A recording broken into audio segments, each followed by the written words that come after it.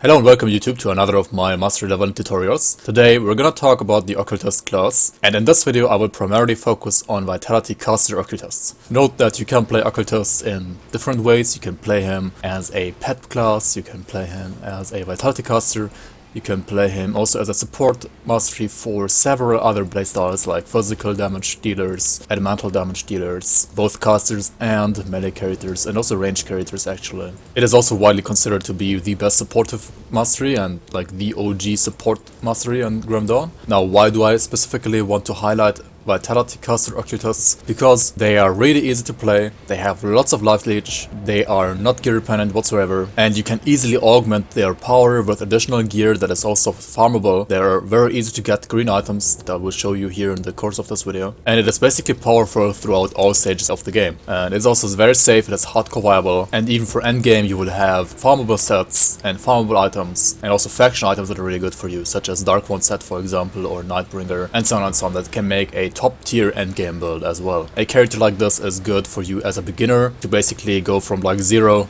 to hero. I also made a solo self-found beginner series specifically targeting new players, returning players that have like maybe some decent softcore experience but want to start getting into hardcore, and that series is called my solo self-found beginner conjurer series. So if you're interested in playing a character like this after this video, make sure to check out my solo self-found beginner series on the Dark One conjurer as well. For this video, just like with all of my other videos, I will drop down links for leveling Grim Tools links, endgame Grim Tools links, endgame guides, my solo self-found beginner series in the description below. Now there's only one scenario where I don't recommend you playing this build, and that is if you do not like builds that have like more than one button. Right? If you are looking for a one button build, this is not a one button build. It's gonna rotate between Sigil, Bloody Pox, Curse of Frailty, and then like depending on the secondary class, maybe like for example Devouring Swarm and Totem. So if you are looking for a one button, one click build, this is not a one button, one click build. That said, Grim Dawn does not have lots of one button, one click builds, but if you want something more of a like one button, one click build, then I suggest you to rather play something like a Promise Strike Shaman, or maybe something like a Force Wave Soldier instead. Advantages of this build are however that you can just like lay down all your free abilities and then just cut around, and you don't have to face tank anything. You can use your time freely to dodge enemy abilities. Alright, so here we are in grimtools.com, and I'm gonna show you the skill allocation for the first couple of levels for an Occultist. So I'm gonna show you all the way from level 1 to 43 here, and I'm gonna show you level by level how to allocate your skill points and how to do this for a Occultist Vitality Caster. Note that this video is gonna focus primarily on Vitality Casters, so if you're focusing on either a Poison Caster or Poison Melee or Chaos Melee or a pet build or any kind of other class that uses Occultist just as its support mastery, then this is gonna look a lot different, right? So let's just start out here. So at level 1, you wanna put 1 point here, right? And then you wanna use the Raven. Now this is where it still looks like a pet build, because to like make this work for a Vitality Caster, we have to first get all the way to Fevered Rage, right? Before we get to Fevered Rage, the Vitality build is gonna start a little bit slow here, compared to other Vitality builds that start off with a Shaman or a Necromancer first, right? So at level 1, after putting 1 point down here, you wanna put points into the Raven, and then you actually wanna like put a couple of points in the next level as well here. You wanna like put 2 points into the Raven and 1 point into your Master Bar for the next couple of levels, all the way to 10 at least. So this would now mean that you are level 6. Well, you don't need to like worry about anything, because the Raven is gonna like help you kill pretty much everything early on. You can like choose to use whichever weapon you want, and like just hit enemies and like support your Raven a little bit, but like the Raven is gonna do like the most work here. Now at 5 points you also have access to this Mend Flesh and this Bloody Pox ability. I mean, Bloody Pox is gonna be our main damage ability very soon here, but before we have access to Fevered Rage, it's not gonna be that great. So we just keep on pumping points down here to try to reach 15 mastery points as fast as possible. You can like put 1 more point to the Raven, like 11 points is fine as well, but you should like stop at around 10 to 12 points at the Raven, like you don't need to put more than that here.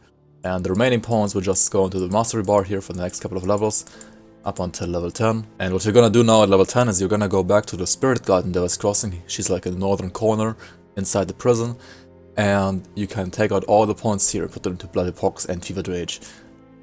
If you like the Raven a lot, you can like play a little bit longer with this guy. He is quite nice, but If you like wanna play a Vitality caster as I'm going to show you here, you should take out the Raven immediately, like this, and invest in the Bloody Pox, 10 points here and 1 point here. And now this Fevered Rage transmitter is gonna enrage your enemies, and by enraging your enemies, this is gonna multiply the damage from Bloody Pox by a huge amount. That's basically gonna kill anything, anyway, right? Like, you only have to be like a little bit careful because enemies are gonna be sped up by this. They will have more total speed, so they will have more movement, casting, and attack speed. And also they will have more offensive ability, which early on doesn't really matter that much actually, because like percent OA is scarier later than early game. But yeah, Fevered Rage is gonna multiply your damage by enough to make this worth it. And we're gonna use Wasting really soon here as well and max this out, and this is gonna reduce enemy offensive ability, so then this percent bonus to offensive ability to your enemies is not gonna be like as scary anymore, right? We're gonna proceed here, so like level 11, right? Level 12, and now level 13, we're gonna start maxing Wasting. And then level 16, right? So this is what your level 16 would look like, also including the 1 point that you get from Kasparov, right? Now, what do you do with your first devotion points? Now, at level 16 or 15, you're not gonna have too many devotion points available. You need 6 devotion points to have a active ability here. But if you do like everything of Act 1, I believe you should have like exactly 6 devotion points, right? Then you put like 1 point here, and then you start putting points into the bat. And the bat is like gonna be a huge improvement to your build, right? Like the bat is gonna give you lots of lifesteal, additional vitality damage, and it's gonna proc like crazy off Bloody Pox. Now let's also talk quickly about the gear that you are like looking for at level 16 actually. So at level 1, you can choose between using a pistol, a axe, or a two-hander. The axe that you find is the Almond's axe. That's pretty decent for any caster, to be honest, or any like dual wield Nightblade as well. For one-hit range, you have this Francis gun, right? That's one deals fire damage. The axe deals cold damage, and then you have this two-handed sword, right? Havel's great sword, which deals lightning damage. And early on, the great sword probably beats everything else, right? Because the great sword is a two-hander, and two-handers deal more damage. And yeah, so even if you're like playing with the Raven, this is gonna be pretty nice for you build early on. And then a little bit later in a cave in Whitemire, you will find the Slith Tongue Dagger. This one is pretty nice actually. That's like a level 8 item, deals some poison acid damage. That's pretty decent. And it also suits a caster Occultist pretty well together with the offhand Carver's Conjuring Bone that you also find in Whitemire, close to one of the zombies that you have to kill for like a side quest. And this one requires level 8 as well, and summons a Reckless Guardian. And this one is like pretty much always the best caster offhand early on, unless you find like something crazy, right? So yeah, check this one out. And for the shoulders, don't forget to also check out Isaac's stash. Try to find this one in the Whitemire as well. This will always give you like a green shoulder piece, and it's pretty nice for this early game. Actually, it's really defensive, really nice for basically any build actually early on. And then also you can get the Slith Primer Ring from a shop in Whitemire as well. Whitemire is full of like juicy early game rings or like early game items in general for, well, like a character that's just starting out. And yeah, this one gives you some decent resistances like Poison, Vitality, and Elemental, really good here. Another item that's pretty nice for like level 16, unless you found like a better item, right, is the Milton's Cask. This one is a, well, not 100% drop, unfortunately, from Milton.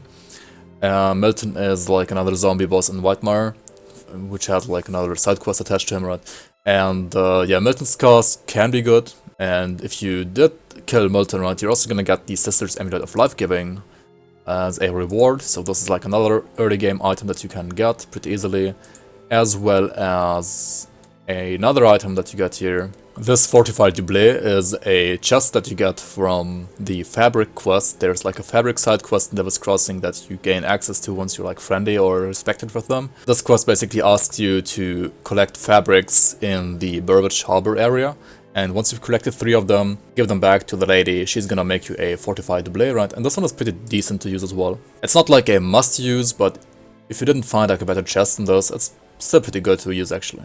On top of all these green items that you can find, you should always, and I can't say this enough, always use components. Early on, things like the emeralds are really good actually.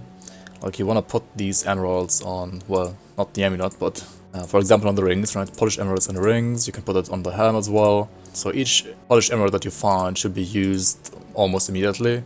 So you have like I don't know, some random garbage ring, right? Doesn't really matter at all. Just get a polished emerald on top of it, and for a ribbon, like for bare metal, I don't know, have like a random ribbon as well here, right? Well, you cannot use a emerald on this, but you could, for example, use a corpse dust. This one drops rather early as well, and gives you some HP and some vitality resistance as well. Or, once you've saved one of the two smiths, right, and you got him to work for you, you could also make a ward stone at the smith, and the ward stone is a baseline component from the smith. This means that you don't have to like find a blueprint to be able to like craft it, you can craft it right away. And for your weapons, for components, well, you could for example use a searing ember and be able to like spam fireballs in between. You can use this from level 5 on actually, and it's pretty nice, helps you out with some damage. So like as soon as you find some of these, you could like use it. Or like as soon as you find this one, and as soon as you have one of the searing embers, you should probably like put the searing ember into your offhand and just use the fireballs as well and shoot some fireballs here. You could use like ice spike. Ice spike's basically the ice slash cold version of the fireball, right? And the ice spike does deal more damage against, for example, burning zombies, whereas the fireball deals more damage against the frozen zombies, right? Also, two other components that are well rather defensive, but are really good actually. These are crafts as well from the blacksmith. They can be used in all weapons, shields, and swordcaster offhand. Are the imbued silver here. This one gives you the A, bleeding damage resistance, as well as chaos resistance. So this one's really good. Can be used from level 15 on. And you also have the purified salt, which can also be used from level 20 on actually. So like a little bit later. But this one is also really good and basically does the same thing for Aether, right? Aether resistance here on the aura. Note that these are toggleable auras, which means that you have to put them on your skill bar first, and then activate them, otherwise they will not be active. For the shoulder component, you can, for example, use a bristly fur. This one gives us an HP. For the pants, you could also use a bristly fur for some HP, for example. Same thing for the gloves, or you use like some of these, like molten skin, rigid shell, dense fur, anti-venom salve, right, that you can craft from the smith as well.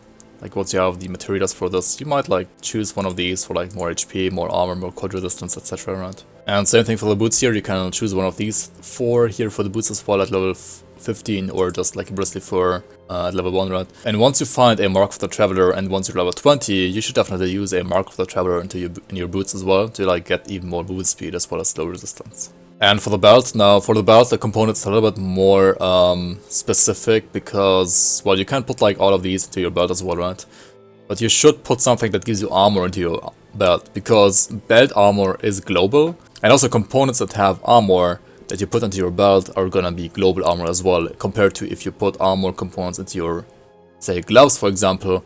The bonus armor from the component will only be local on the gloves. So since belt armor is global, some of these are like really good, right? These all give you like 24 global armor, basically, in the belt. Or just like a scavenged plating at level 1 also gives you like 15 global armor. And when it comes to the relic, well, in Act 1 at level 16 you don't need like any relic, right? You're gonna get a relic in Act 2 anyways. So don't craft like a relic, that's not needed. So this would be how a complete example level 16 Occultist build would look like. You can find a link down in the description of this video as well. Check it out and you can follow it, and I hope it's gonna help you. And next to this level 16 Grim Tools link, you will find all the other Grim Tools links to all the other level thresholds that I think are really important, so you can check out the Grim Tools regularly while you're playing an Occultist here. So moving on from level 16 to higher levels, you wanna start pushing more points into the mastery bar, as well as start to get Sigil of Consumption. Now, Sigil of Consumption is gonna help you with your lifesteal, as well as have additional stackable damage that you can stack up on top of your Bloody Pox. Like, Bloody Pox is like a one-time cast, right, and then it's gonna like tick for 5 seconds and just deal damage during that duration. But you cannot like recast it multiple times to like stack the damage, right? That's not gonna happen. You can only refresh the duration on this. But the Sigil has 3 seconds cooldown, right? And it has a 6-second duration, so this means that you can stack at least 2 already on top of each other, and their flat damage is gonna stack. Like the flat vitality damage here is gonna stack, the vitality decay damage is not gonna stack. And also if you have destruction later on, the fire and chaos is also 2 types of flat damage, right? These are also gonna stack on each sigil. And if you have some like items that give you longer duration for sigil, or some items that give you like a more cooldown reduction, right? You can stack more than 2 sigils on top of each other and deal like more and more damage using these sigils. Right now we're gonna just try to push for Black Death and Aspect of the Guardian. Like these two are really good and you wanna go there. And you should also like start using the sigil, right? So we're gonna like push some points here first, so like this level 17 for example, right? And now at 20 we can start using the Blood of the Rig, right? We should like start putting points here and here. So like this, right? And from now on we're gonna put like 1 point here, 1 point here, and 1 point into the bar. So 1, 1, 1, right?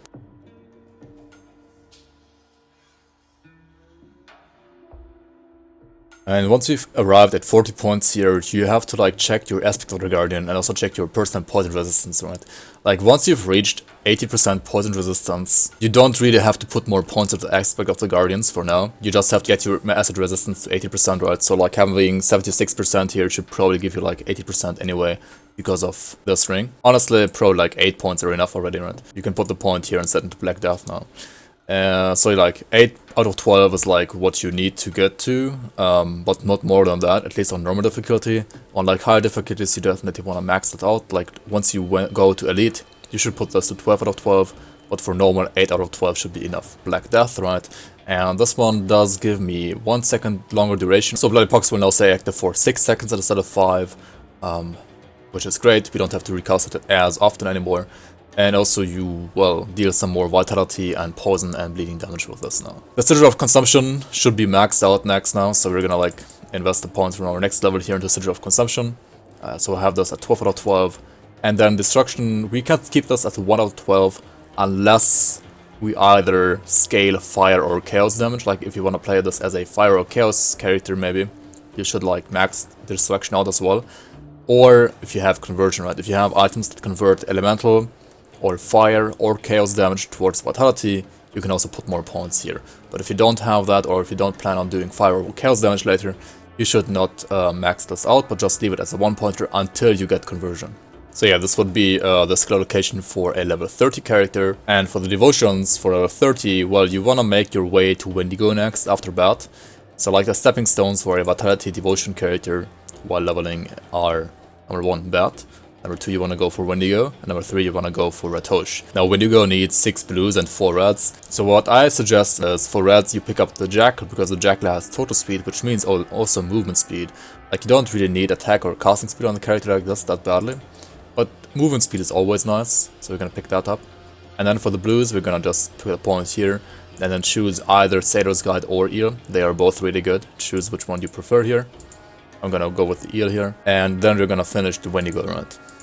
And once this is done, we can put this Wendigo on Sigil of Consumption, for example, or if you already used Curse of Frailty, we can also like put it on Curse of Frailty, like on this as like 1-pointer, because Curse is pretty nice at like proccing it as well. Another ability that's pretty decent as well for leveling is the Doombolt. Doombolt will give you some like additional single target damage, right? And also if you hit a target directly with this, like if you aim correctly, right, it's gonna deal double damage, right? So I really like the Doombolt as well for leveling. Just use like a 1-pointer here, and this is gonna be like pretty much perfect like this for level 31. Oh yeah, also when it comes to attribute points, as an occultist, I would just put everything into physique, to be honest. Like you get some decent cunning and spirit to like be able to equip daggers as well as rings, aminos, etc. And occultist is kinda a squishy class, so you just want to like push physique. And yeah, this is still the gear from like level 16, right? In Act 2 you're gonna get a Bone Talisman if you, well, don't give the Robo his relic back, right? So this is gonna be your relic, right, that you have. And like other items that you have to like look out for are this Vampiric Bone Wall. Vampiric Bone Wall is really good for Sigil of Consumption, right? It gives you 2 additional seconds duration to Sigil of Consumption as well as 10% more lifesteal. And this also gives you +2 to Sigil as well as +2 to Destruction and offensive ability, and you can like roll some pre and suffixes on top of this as well. Really good shield. I suggest you to definitely search for this in the Mountain Deeps. And the Mountain Deeps are over here, right, in Dead Man's Gulch. You are gonna go through the Mountain Deeps into Prospect of Trade, right? So in Mountain Deeps, make sure to make like a full clear, kill all of the Trogs here, like everybody who has a shield down here in the Mountain Deeps basically has a Vampiric Bone Wall shield, right? There's also another place where you can get them later, over here in the Grotting Croplands. There's this the Mepterian Hive cluster, right? And you go inside there and there's like one hidden area in there that has some of these drugs as well, and you might get like a small upgrade here as well. And for the weapon, you want, well, a bone blade as well. This one gives you insane bonuses to bloody pox, as you can see, like vitality damage, vitality resistance reduction, to +2 bloody pox, +2 wasting. Really good. And this actually drops in the same places, like it drops from the same enemies basically, from the same dark trogs here in the mountain deeps, as well as the hidden cave inside of the Dermapterian hive cluster.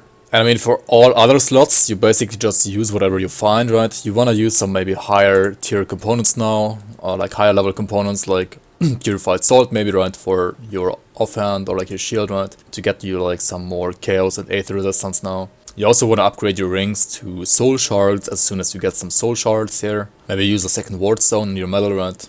And once you have done some of the rover quests here in Ordacrovia, go to the faction vendor and try to buy the runestone blueprint, which is available from the rovers faction after reaching your respective status. So it should be pretty early on that you can like get this one, right? And then you could like craft one runestone and put this into your head armor, right? Pretty nice for aether and elemental resistance as well. And in your chest, maybe by now you found either a sanctified bone or a chains of Odoron or a hallowed ground, right? These are all pretty good. All three are really good. And for shoulders, by now I suggest you to get some pierce resistance through shoulders if you haven't like already enough pierce resistance from your gear. Good items for that are, like good components are Silk Swatch or the resilient plating. And obviously you want to like upgrade your gear, maybe like your armor. You should like check out the items that you get and try to get like a good green or good yellow, right? Instead of these like trash items that I put here. That said, even with these items, the ball is kind of gonna work, right? So after level 31, how do you push further here? Well, you should like aim for possession as soon as possible now. Honestly, you don't need to like max out Doombolt. Unless you think that's like a super cool ability and you just want more points here, you can do it. But the point investment is not really that worth it from what I've seen. The only thing that might be like worth it to put points into is like Curse of Frailty and Vulnerability from now on. So we're gonna put like some points here while proceeding to Possession. Now once you've reached 50 points here, you're gonna start pumping up Possession to the max. And then after that you can also proceed to like max out Vulnerability while like putting some points in the Curse of Frailty for the longer duration and radius and also movement speed reduction. So these would be the skill point allocations for a level 43 character, and with a setup like this you should be able to easily kill everything in normal Act 1 to 4. Should be really easy, and even beyond that actually. Like this setup should carry you through normal. And also when you are like around the 43, right? This is when you should probably have done pretty much everything in the first 4 acts, right? Act 1 to 4, and maybe even killed Logorian already, the final end boss of the vanilla game. You should have like around 30 devotion points. Let's try to go for Ratosh, right? This is where you want to aim next. So you need 10 greens and 6 yellows. Now there's one devotion that is really good for this actually, which gives you greens and yellows, and that is the Lotus. Lotus is really solid for this, but it also gives you like more energy regeneration, right? As well as some HP and some physical resistance. Now for the remaining yellows, you could either just take the Lion for now, right? Or already aim for like Panther and Watcher. This would like delay the Ratosh a little bit, but it would make it like easier for you to not have to respec when you want to go for Dying God later anyway. And for the remaining greens we could go for the Hawk for example, and now we would be able to like go for Ratosh, right? This is gonna be beyond 30 points, so we're like not gonna be able to do this yet, but this is how it would look like, right? Another thing that you could do is before going for Ratosh, you could also try to get Revenant first, right? Revenant is a devotion that spawns like skeletons for you whenever you attack enemies, right? These skeletons also have flat resistance reduction, so they're pretty nice. And the Revenant devotion doesn't require you to have any greens or yellows, so you just need to like put one more red here, and then you can just use the Revenant, right? And once you've completed the Revenant, you can put this to like, I don't know, Sigil of Consumption for example, and then you can like remove these two red and blues here again, because you don't need them actually right now. So you are like back to 30 points. And now with the remaining points that you have, you can like start making your way towards Ratosh.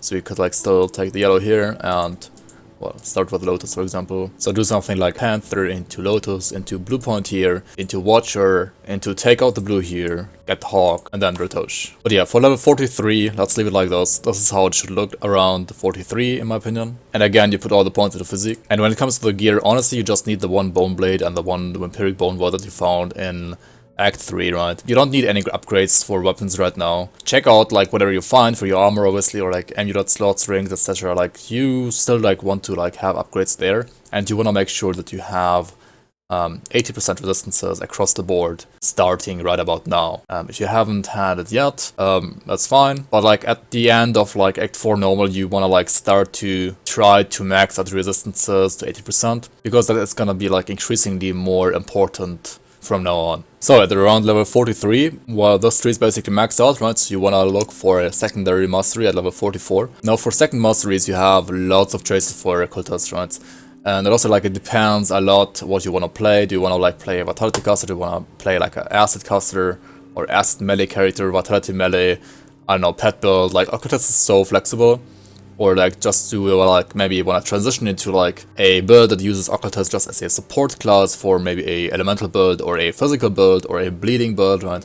There are so many possibilities with this mastery, and it's together with Inquisitor the best supportive mastery in the game. Probably even better than Inquisitor, to be honest, for support. But if you want to like play this as a vitality caster and basically use occultist as your main class, the best masteries are the following. So you have the shaman class, really good, and has lots of vitality synergy. You have the necromancer class, also really good for vitality, has lots of vitality synergy. You have the oathkeeper, which arguably doesn't have the best vitality support, but it still is viable because you can like get vitality resistance reduction on Celestial Presence if you use the transmitter here, right? So you have like fire, physical, bleed, right? And if you use the transmitter, this is going to be converted to poison, wit, and bleed. So you can make a pretty nice poison, acid, or vitality character as well with Oathkeeper here. So yeah, those three would be the best options if you want to like do a vitality build. But note that Occultist works with any class, it's really flexible, it works with anything. So with a soldier you can make, for example, a really good physical character, or even some like chaos characters. With a demolitionist you can do superb fire, burn, or chaos characters. With a nightblade you can do really good acid witch hunters, focusing on like dual wield, acid, poison damage, for example, or even like a poison caster is also really nice. With Arcanist you can do lots of elemental, chaos, and aether casters. With an Inquisitor you can either do a really good support character for like a party, because Occultist is like the best support class, and Inquisitor is like the second best support class, right? So you have like the two best support classes together, making a Deceiver, which is basically the support class in the game. Or you could also like focus around like being a well, fire, burn, cold, elemental caster basically. There are also some ways to like make a vitality caster work with an Inquisitor, but that's really gear dependent. And a side note, if you want to play a pet build, then Shaman is probably the best secondary, and Necromancer is a close second, but almost just as good. But yeah, this video is mainly gonna focus on vitality casters, right?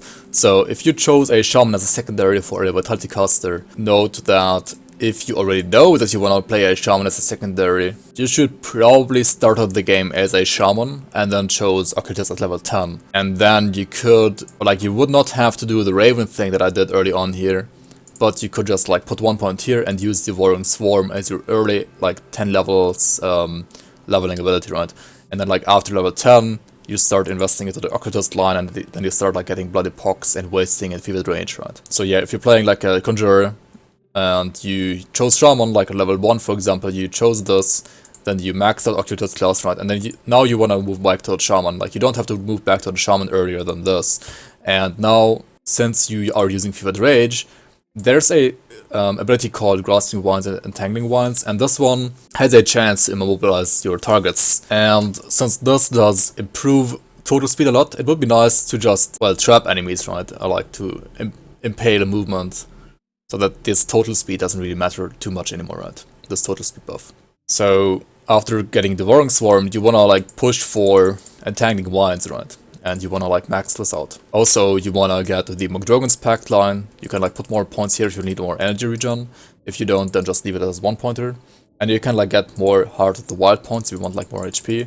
If you don't, then leave it as a 1 pointer for now. And you can also max out Oak Skin to get free Pierce resistance, Aether resistance, and free armor. Once you've done this, you should get the Wendigo totem and also like put some points here, yeah, while also like putting the mastery up to 40 points, because you do also want to get Blood Pact. Blood Pact will give you more vitality damage, more lifesteal on weapon damage abilities, right? So you want to like push for Blood Pact, max out the Wendigo Totem itself, like at least 1 point Blood Pact, maybe even more points here as well. And also another option that you have is the Storm Totem, right? The Storm Totem can be transmuted to vitality here as well with Corrupted Storm. And this is, in my opinion, a really good ability as well if you are not using Fevered Rage anymore. And by this point, you're probably like about to approach the end of Elite or like even Ultimate, right? And at that point, Fevered Rage can become like a little bit scary, right? And you might not want to use this anymore. Like, Fevered Rage is really strong and super easy leveling early on, but I mean, it's still like good for damage even later, but enemies will start to become stronger and stronger because of the percent OA and also the percent total speed, and it's gonna, at some point, not gonna be like worth it anymore to use this. And once you drop Fevered Rage, you should also drop the first part of Bloody Pox down to a 1-pointer, and then you can reinvest those points into either Storm Totem already, or like, since you don't need Entangling Vines anymore that badly as well, because, well, if the enemies aren't as fast anymore, you don't need to like immobilize them, right? You can also take out the Grasping Vines line and reinvest these points and these points into the Storm Totem. Because if you use like the Storm Totem and this at the same time, your build is probably gonna be like a little bit too piano, right? You have the Swarm, Sigil, Pox, Totem, if you had Grasping Vines here as well, it will be like so many abilities to press, right? It's crazy. Also, you might like also wanna like get rid of the Doombolt ability unless you found like really nice gear for it, just to like clean up stuff a little bit for you and not have to like use way too many abilities here. Also in the super endgame, especially when you're using a two-hander or a gun, you should make use of the Savagery Lion as well, and like 1 point those, max this, 1 point those, and max this as well if you're using a two-hander. If you're not, that is useless obviously. And this is pretty nice to like give you another like OA and DA buff, as well as physical resistance if you're using a two-hander. So yeah, something like this is how a shaman side of things for a, well, endgame vitality conjurer would look like. If you're going with a necromancer for vitality damage, right, you should try to get Spectre Wrath for passive vitality resistance reduction, right? So this one maxed out for OA and HP.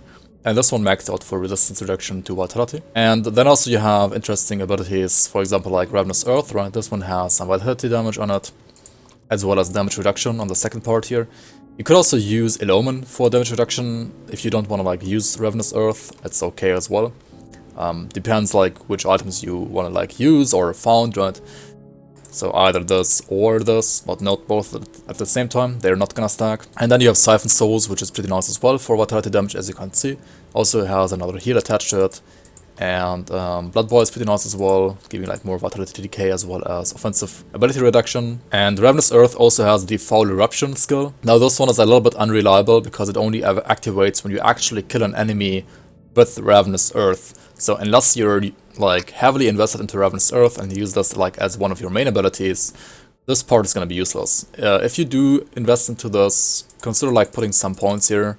But yeah, if you don't invest too heavily on this, that's kind of useless. Also, another ability that's really good for vitality casters as well as two-handed melee characters even more is the Bone Harvest line. You wanna like max out the Soul Harvest, right? Like this for example, and if you are using a two-hander, this might be worth it, like investing into a lot, especially when you have like a two-hander that has a vitality base damage. So because in that case you don't convert like physical damage into cold because you only have vitality damage anyway, right? You can also like put 1 point or even more here. So if you're using a two-hander, I would probably do it like this, and if you're playing like a caster with a like one hand and an offhand, I would probably do it like this instead and like put this down to a 1 point here. Also you can or should also use Mark of Torment at all costs. Mark of Torment is a really nice damage absorption skill from Necromancer class and should be used whenever you're playing any Necromancer, and its sweet spot is at 6 out of 10. So yeah, like up to 6 points you get like pretty nice values for per point, and then after that it's kind of not worth it anymore. Also, if you want to like focus more on attack speed, the Harbinger of Souls exclusive is worth it to use over Possession in some cases, because it does give you like flat vitality damage and attack speed. So if you're using like a weapon damage based attack speed vitality character, this one is better than Possession. But if you are playing like a caster, then I prefer Possession because it does give you skill disruption as well as absorption. Now the third class I was mentioning earlier that has decent vitality synergy is the Oathkeeper class. And here in Oathkeeper, after like having these like points in Occultist, right, you don't want to make your way basically all the way to like Celestial Presence. Like there's not really much here that helps you for vitality, to be honest, unless you like just go for this stuff here, right? So there's like a couple of things that you can pick up while going for Celestial Presence and like Path of the 3 as well. You can use this if you want it for like the CDR, for example.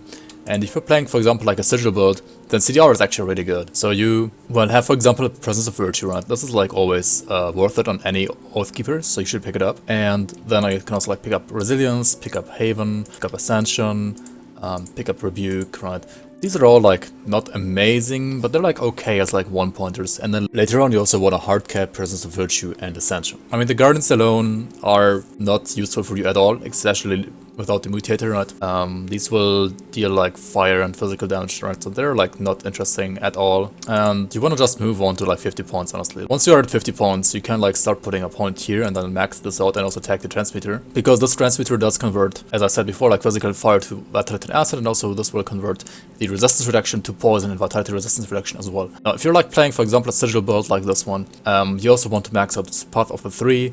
Ideally put this to like 13 points, because then we will get like 11% CDR, and even higher you will get like even more CDR, put this even higher, right? And you want to max these out as well and put like resilience to like, for example, 5 points. Like 5 points is really nice, because 5 points does give you like another threshold here, like it gives you plus 4% max auras when you trigger this. Also you can put 3 points into Haven, like 3 points. The first 3 points give you like 3% HP per point here in Haven. And if you're not using a shield, which you actually are in this case, but I mean, you're not really like focusing a lot on the shield. Even if you're not using a shield, the first 3 points are always worth it. And then like 4 and 5 give you like 2% HP per point. So like you can either put this to like 3 or 5. Well, you could put this even higher in this case, because you actually are using a shield, but you don't still like focus completely on the shield, right? The shield is rather like an offhand with like some additional defensive stats in this case. So I will just put this to like either 3 or 5 points here.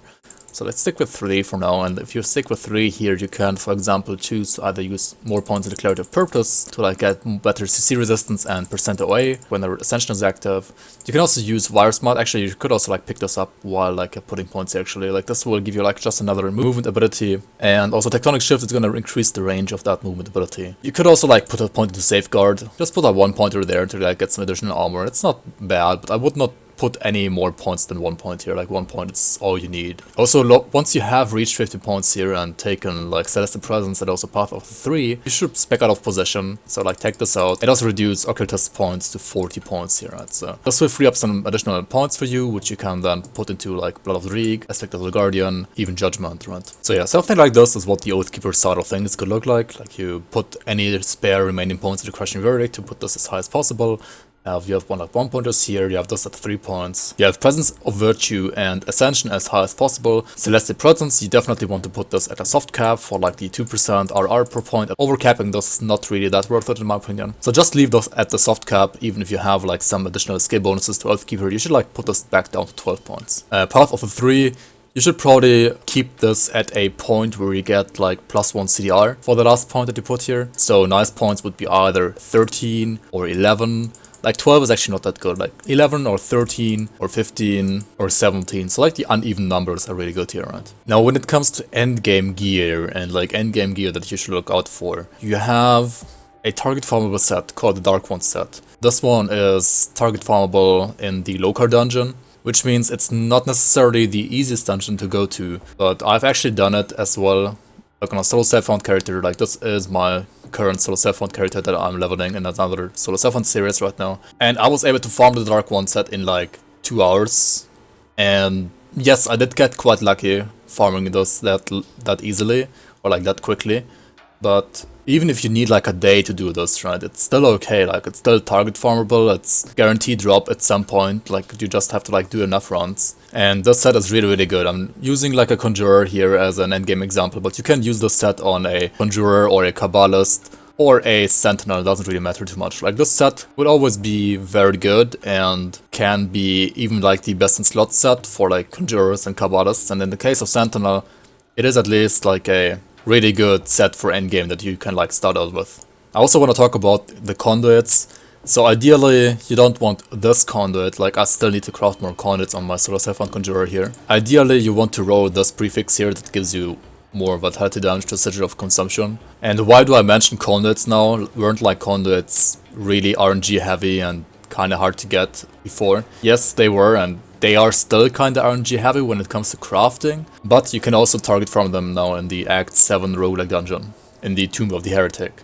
So there's a vendor there, and he has a chance to sell you between 0 and 2 conduit recipes per run. And there are also some tricks how you can reset the vendor while still being in the same session. So that way you can basically guarantee the conduit for you with like just one skeleton key, right? That said, the dungeon is not the easiest to farm, and you do need some proper preparation for that. But it is target farmable, and you're gonna get it eventually.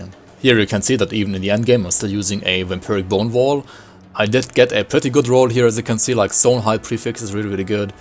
You don't need to get exactly that one, but any vampiric bone wall that you get that has like good affixes, again these are like really easy to target farm, for example in the mountain deeps. Any good roll that you get here should carry you through endgame as well. You can see here that I'm using a Ascended Source, and I use this because I got some pretty insane rolls on this. This is not necessarily better than the Bone Blade, it's, I would say, just as good, or like another alternative that you can use, especially when you're focusing on the Sigil of Consumption. This one you can get in Act 6 from the random human caster guys there, and now the pants, the boots, and the belt are just like some random examples of like items that I got here. There is one belt I do want to show you that I actually ideally want to use instead of the Bone Leaf Girdle here, and which is also target farmable. And that belt is the Lunar Valgoth Girdle. Lunar Valgoth is a boss in Act 6 as well, in Morndale and the Kel's Rift. And this one has +1 Occultist as a base and also Elemental to Vitality conversion as a base as well. So this belt will give you Elemental to Vitality conversion, and this set Dark one actually does give you Chaos to Vitality conversion on the hood and on the chest. And those two conversions will make it worth it for you to max out Destruction, because lots of your fire and chaos damage will be converted to Vitality as well. Now, as another alternative for the shield, you can also farm Halanx. Halanx is a boss in Act 7, the boss that guards the 3rd seal of Morganeth, so you have to like defeat him before you are able to open up the Morganeth dungeon anyway. And this one is especially good when you're playing a Conjurer, because it does give you like +1 all skills to both Occultist and Shaman actually. But even if you're like playing any Vitality Occultist, it's already really good. Another really good offhand is the Mythical Skull of Gulamash. This one is really great, especially when you're like playing around Sigil of Consumption again, and it's really good for like any Vitality Occultist. That said, this one is a random drop, so you are not able to target from this, but if you're lucky enough to get this, it's really good and you should probably use it. Another target farmable item is actually the Decree of Mammoth. Now this one is really good if you're playing a Conjurer or a Kabbalist, so like a Necromancer or Shaman plus Occultist, because this one does give you +1 Shaman and +1 Necromancer, and it also does have Elemental to Vitality conversion. So this Elemental conversion together with the Elemental conversion on the belt will ideally give you like 100% Elemental to Vitality conversion, converting all of your fire damage on your Sigil to Vitality. Also, this one drops from Draven Cole, which is one of the side bosses in Act 6. This guy is basically part of the council. When it comes to endgame amulets, there's one additional one I want to mention here. This is the Reaver's Hunger amulet. This is a blueprint from the Barrowhome faction, so basically a faction item that you get even easier than the conduit here. And this one is especially good when you're playing a Kabbalist, as it does give you +1 Necromancer and like bonuses to Sigil and Bone Harvest, as you can see. And also for the weapon slot, you have the Claw of Hagaraz. This one is a faction blueprint item from Barrowhome as well. This one and the amulet I told you about right now are two additional reasons why you should side with Barrowhome when you're playing such a Vitality build. This one, again, that's really good when you're playing a Kabbalist. You can use this for pet builds, but you can also use this for a non-pet build, like if you didn't find a good Scepter or Bone Blade, right? This one can be pretty nice just for like +1 all skills to Occultist and Necromancer and some Vitality damage. You can also see that on this character I was lucky enough to get a Prime Ring of Morganeth after like farming the Morganeth dungeon for the Conduit. I did kill Morganeth every now and then, and I did get a Prime Ring here for him. And this Prime Ring is as well target farmable, but it doesn't really have like the best drop rate, right? It is easier to get than say Alchemist rings, way easier than that actually. but still not like super easy to get, and it's kind of RNG whether you get this one or not. That said, it's still a target farmable ring, and it's pretty decent here. It does like convert some pierce damage to vitality, which can be actually really helpful. Well, because you are using the bat, devotion, and bat does have pierce damage. You can see I'm using the Signet of the Fallen here. Signet of the Fallen is a ring that you can sometimes even get from like quest rewards, such as the Act 4 end boss quest reward or like Act 6 end boss quest rewards. Or you can also get him through random drops or via gambling. For the meta slot, you can either be lucky and get the Mark of the Forbidden, like this is a random drop as well, or you farm these Rhylocs. I mean, you're gonna kill some Rhylocs anyways when you farm the Dark One set in Locard's dungeon, or when you farm Lunal Valgoth for the belt. You're gonna come across lots of these like oppressors, taskmasters, etc. And these have like a chance to drop this mark. And if you get some decent rolls here, these can be really good. And if you get like really good rolls, this is actually better than a Mark of the Forbidden. So ideally, even on this character, I wanna like farm one of these and get like a really good roll. Again, these are target farmable because you can just like kill these guys, right? So these should be easy to get. Now, when it comes to boots, if you're not lucky enough to get like mythical Voidwalker foot pads or the non-mythical Voidwalker foot pads while leveling, you can always craft some stoneplate greaves at any smith and hope for some good rolls on this.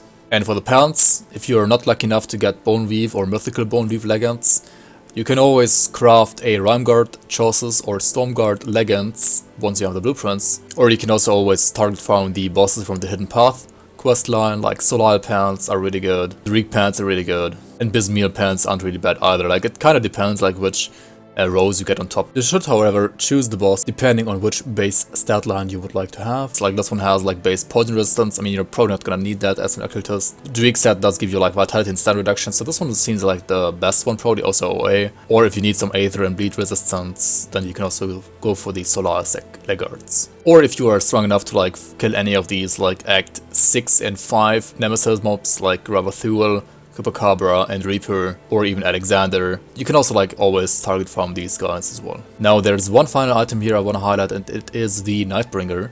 The Nightbringer is the weapon that drops from Morgneth as well, has like a 2% drop chance or something like that, so it's kind of hard to get this, but it's really good. It also has like elemental to vitality conversion, also like acid to vitality conversion. If you're, especially when you're playing a shaman with an occultist, you're gonna get all the bonuses from like two-handed stuff from Shaman as well. And also as a Sentinel, it's pretty good because it does have like +2 to Occultist and +2 to Oathkeeper. I made a really good Conjurer with this when this weapon came out like 2 patches ago. So if you have the time and the patience to target farm Morgneth even more than just for like the Coney recipe and the ring, then you can try to aim for the Nightbringer weapon as well, and this one is really good together with the Dark One set as well. If you're playing a Kabbalist though, so like a Necromancer secondary, it is probably not worth your time. I'm gonna leave a Grim Tools of this character down below in the comments, as well as Grim Tools of all the other levels that I had showed you before, as well as some other min-max endgame options that you can like aim for if you have like all the time and patience to get to that point. I do hope this theory part was really helpful for you guys, and I'm gonna show you like a small clip here just of like the first like 1 to 10 levels or something like that in game, like how you approach like the first say 10 levels up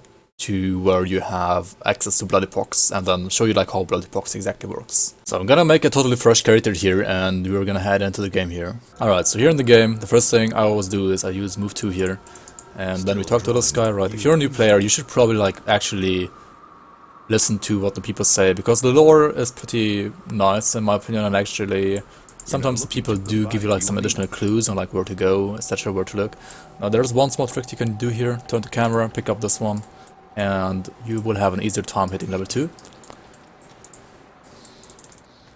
Now there are 3 guaranteed spawns of items early on in the game. They spawn in like 3 different houses. There is 1 pistol, 1 one-hander, and 1 two-hander. Now the pistol is over here, Francis' gun. The two-hander is over here in this house.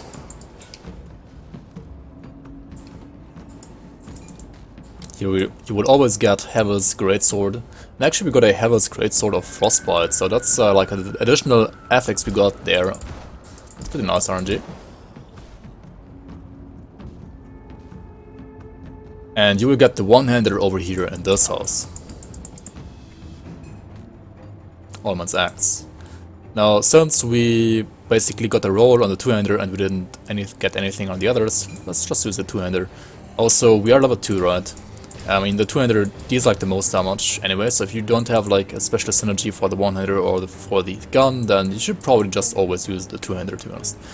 Now we are gonna use the Occultist class and max out the Raven first, so like put it to like 10 to 11 points, as I said, right? And the Raven is basically gonna do like our job, right? He's gonna deal some damage for us, etc. Note that you can also always set this guy to aggressive, normal, or defensive. Usually I would suggest you to like just put all pets to aggressive, because then they're gonna like attack anything all the time. And you can also use pet attack to tell your pet which like enemy to exactly attack, or you can also like move around the pets like this. So we have this boss over here. We want to focus fire with the Raven here, and yeah, he like just dies in like 2 seconds, right? Now there's one annoying thing though with pets, that like each time you level them up in your mastery bar, you have to resummon the pet. That's not like too terrible in my opinion though, but it can be a little bit annoying, and just like don't forget it, right? So you're gonna put like some more points here. You can see my energy bar will go down even more now that this guy has more levels. But I mean, he's gonna like one-shot or anything from now on.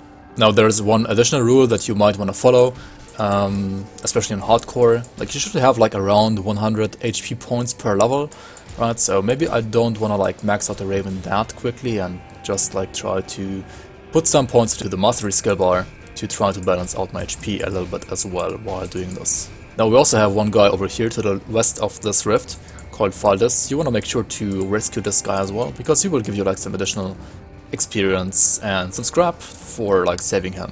Also make sure to just like always pick up all the components. You can just set auto pickup on, right, enable auto loot materials, and then you will like automatically pick up all the components. And you should pick up all components, because components are never bad. Yeah, you can always use them for like stuff. And you should also like try to like put components into your gear rather sooner than later, especially like the early components. Like just use them, right? Like sure, you're gonna get some gear upgrades, but you're also gonna get components left and right now, especially since the last patch where they introduced or rather where they removed partial components. You now get a full component with each like component that drops. So basically that means that you get more components, so you have like more components that you are like free to use. One additional thing that I just want to mention here is that flat armor components are always best in the belt, because belt armor is global and all other armor is local. So if you have an armor component and you can put it into your belt, you should probably put it into your belt, because this basically will mean that it is 6 times as effective as if you had put it into like any other slot, right? Because it is global armor and not local armor. Also the Raven is Pepega here, there we go. Sometimes you still have to like direct this guy, because he's gonna like shoot the wall instead of the enemies, I guess. But yeah, you can see he's like basically one-shotting everything, right? Like you don't even have to attack, like... Yeah. Now we are in this cave, right? This is where the first, well, small boss is, and let's just see how fast the Raven kills him, like on its own, right? It's... Like sure, you can help him a bit, but you don't even need to, right? He's gonna solo him anyway. Alright. Now once you found a yellow greatsword, that's probably just like better than the one that you found, right? So we can like switch this around.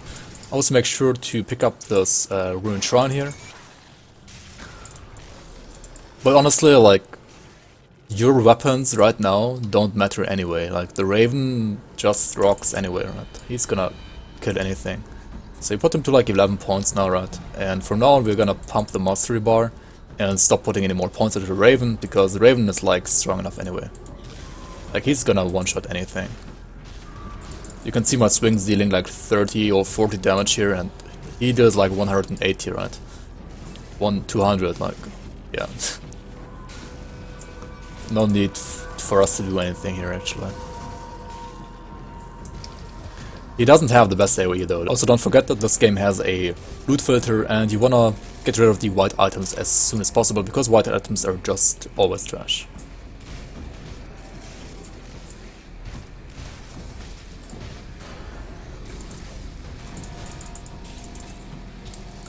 There we go, this boss is done as well. If you're like worried if your Raven dying, you can always like check the top left corner here to see his HP bar, right, and to see whether or not he's actually dying or not. So far he's doing good, right, he's as healthy as ever. Now here in the Whitemire area there are lots of like actually hidden items and like hidden stashes, so if you wanna like explore the map and don't wanna like rush, you will be rewarded for that. So like Grim Dawn is in general a game that rewards you for exploring, so if you want to explore, you should explore. Now over here in Whitemire you will also, or rather in the Sudden Hollow, you will meet some additional bosses like Milton Heart, and Milton Heart has like a chance to drop a helm, and if you're lucky enough to get that helm, you should probably use it whenever you can. And he's gonna spawn in one of these three houses, so either this one, that one, or the one down here. And yeah, this is where he spawned this time. But I mean, as you can see, like yeah, he didn't drop his helmet, by the way. The main problem of the Raven is that he has good single target damage, yeah. But apart from his like 2 projectiles, he doesn't have like any AoE whatsoever, right? And that's where like the Pox is gonna shine compared to this. Also, you have these totems now ever since the last patch, and they are actually really good for leveling, unless you're like speed leveling and you have like some low armor set like low curve for example on, then they're actually not that good. But like for solo self-found, especially like on normal, they have lots of loot, and yeah, they're like something that you should always click on, and they were gonna give you like lots of experience as well. We might not have gotten the helmet of Milton Heart, but we're gonna get a guaranteed item here next to Julius. There's a corpse next to Julius here, and if you click on this, you will get Carver's Conjuring Bone. And Carver's Conjuring Bone is, well, it needs 99 spirit, right? I have 98. So let's just use a polished emerald here, like this, there we go. And now we can equip this one. And this will give my pets more damage, so one Raven will deal you more damage now. And also it will have a chance to summon a Reckless Guardian whenever I'm attacking myself. So I need to like make sure to attack a little bit here and there. It's not gonna be that easy to summon him though, because the Raven will like one-shot anything anyway, right?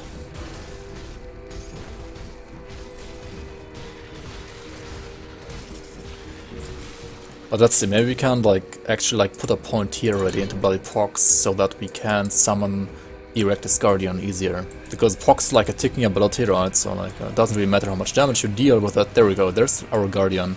And he has like a roar, which like gives you more attack speed and also heals you, right?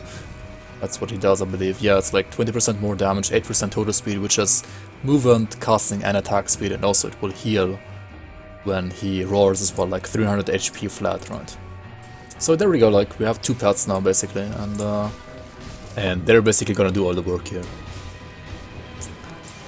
You can see that like Bloody Pox right now, these like not good damage, right? It's a 1-pointer, it's without transmitters, so it's not that great. But there's a cave here, and this cave always has a shrine, so you should also go here to get the shrine. We already have a devotion point, right? This is gonna be devotion point number 2, so we can start like putting some points into our devotion system and go for the bat ASAP, right?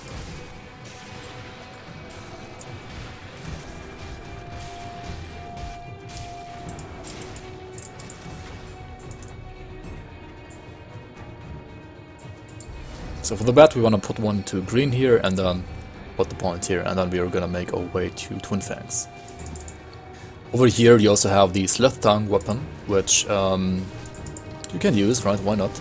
It is probably better than what I have right now, and it does summon some poison bolts. Again, this is a chance on attack ability, so if you're actually already using Bloody Pox as like a 1-pointer here, you will like have a bigger chance of like summoning poison bolts, which like damage enemies and poison them obviously. Now here at the Foggy Bank, you're gonna rescue this guy, and he has 3 spawn locations as well, one like in the southeast, one here in the northeast, and then one in the northwest. Now I have kinda rushed through all these areas up to like the Flooded Passage here, and I'm gonna go back here and grab my experience from my quests. I need some time.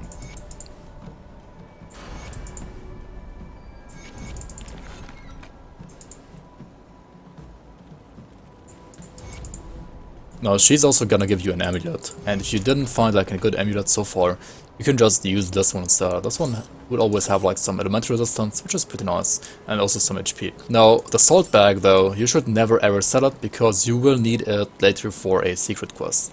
So you should stash this one immediately. Also, we got more points to spend here. There we go.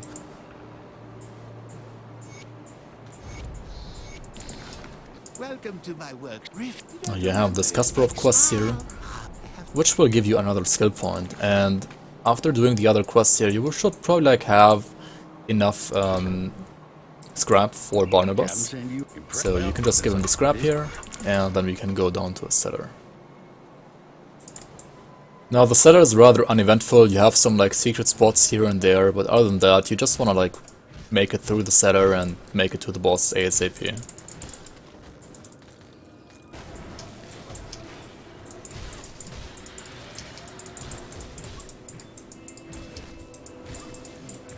Now, after killing Vilov the Corruptor here, I'm gonna just show you like 2 more places where you can get some like nice items to start out with. Also, you got this Marrow's Band, which actually is also like a pet thing, right? This will also like summon a Starboard Guardian if you're hit.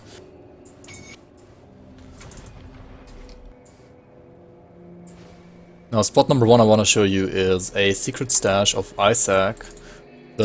Finding this stash will give you a nice shoulder pad. So basically go to the Foggy Bancroft and then go like west, southwest. And then you go over here to this area here. Now here you will find a stump called Isaac's Stash. You click on this and you get the spoilers, right? Like those. Some rings, and there you go. You have like some nice shoulders now. Like these shoulders will always spawn here, but they will give you like random FXs, right? And these are pretty nice, as you can see. Now for the other item that I wanted to show you, you need Slith necklaces which drop from Deepmire shamans. So ideally you wanna like kill some of these shamans first, and then have like 3 Slith necklaces, and then you go to a guy over here in this corner. That is like the White Mire Rifts, so this one here, right? And you go over here to the west into this corner, and there you will find a guy who will give you a ring for 3 Slith necklaces. Slith necklace drop rates are RNG, however, and since I didn't get any here, I'm just gonna not show you it here in this video, but I have some other videos showing it to you. Also, we are level 11 now, so I'm gonna like put additional point here and put this almost all the way to wasting. I think it already might be like time to switch around over to Bloody Pox, or maybe we should like go for level 12 first. Let's go for level 12 first and then we do the switch, because there's also one boss coming up here in the Flooded Passage where single target damage might be really helpful actually. Also, you have another shrine here in the Flooded Passage, which you should make sure to pick up as well.